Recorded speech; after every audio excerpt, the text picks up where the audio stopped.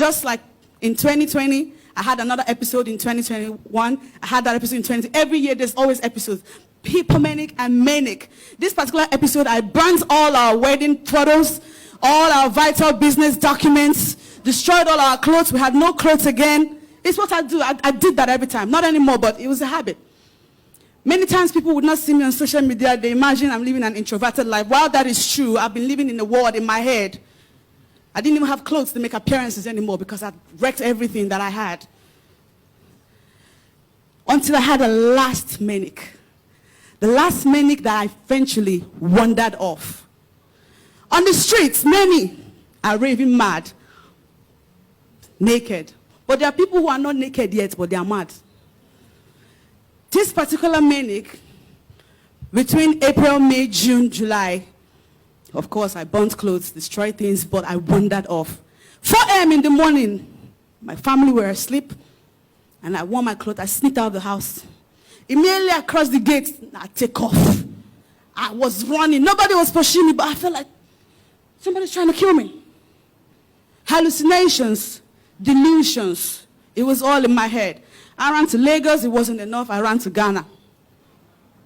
Not Bali. Not Kweli. It is what it is, Pastor. Yes.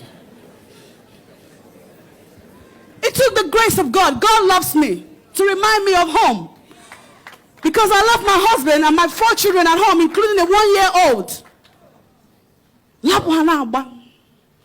But then I suddenly remembered home and I felt like, okay, the reason I ran is because this man here, I was convinced in my head that he wanted to use me to do rituals. The nature of my work doesn't support the sickness that I have. I make pretense for a living. Mm-hmm. People pay me to be pretending to be who I am not. And I've done it for over a decade plus. So I'm a guru at it. But all that pretense began to backfire on me because I began to lose myself in the midst of it all. Characters that I do not recognize were now jumping out of me. I'd come on social media and write nonsense, non-existent things. And because I'm popular, people take me seriously. They'll take those words that I said seriously. They didn't even know I'm talking nonsense. They didn't know. They didn't know. No, and that was the worst thing you could do to me then. If you say, I could fight you. Because what do you mean? What ogo? Insult yourself there. On and on it went. I came back and they bonded me yet again to the hospital. This time, Dr. Val's hospital. What's the name again? Ken Crest Hospital. That's the 4th hospital now. One hospital after the other. And it's not like our bills were ever cheap. It's designer sickness, yo. Our bills used to be 700,000, 800,000. And it's not just the pills. The pills are not even that expensive. It's the aftercare, the psychotherapy that they used to give me that I was still combating. I shaved my children's hair. Anybody that knows me here on social media know my children. They are my greatest asset alongside this man. If you know me on social media, you've never seen me in a private jet. I don't have a Wrangler. I don't have those expensive cars. I still will, but the expensive treasure that I still have, is my husband and my children. But trust bipolar to make a mess of my most treasured possessions. If you're bipolar, when you're having an episode, your favorite things, your favorite people become your worst enemies, your worst things. It's 2 poles. It shifts from this pole to that pole, and it will stay there for a long time. I suicide bombed my marriage on social media twice. The first one I couldn't account for it, but the second one I'm a mama because I was very angry. Trust the devil to use vices like anger. I was angry for nothing. I felt like this man was ganging up with the doctors to lie to me because he has a plan to take my luck. On that day that they were driving me to the hospital, I made a big scene. I was screaming, "Kidnapper! Help me, he's a kidnapper!" And then people were stopping to help. But when they got to where we were, they realized, that's your husband. And then he'll tell them, she's not fine, I'm taking her to hospital.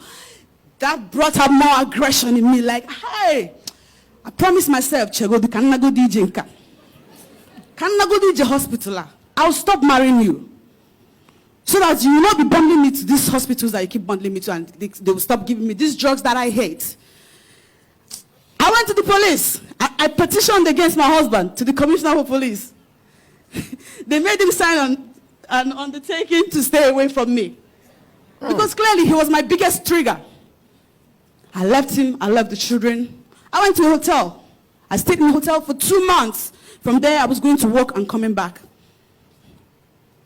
One day, like film,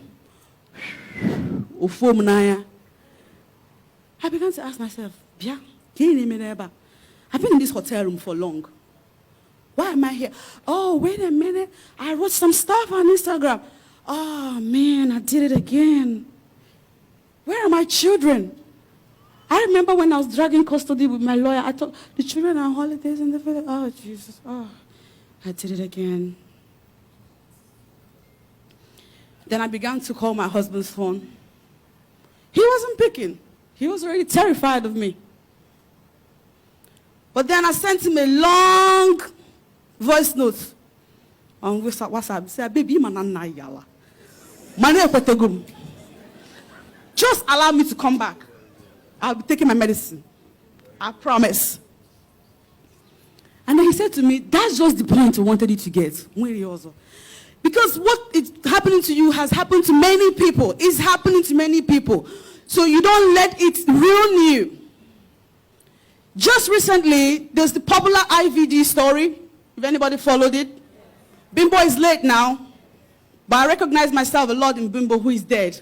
All that aggression and violence and endless nagging.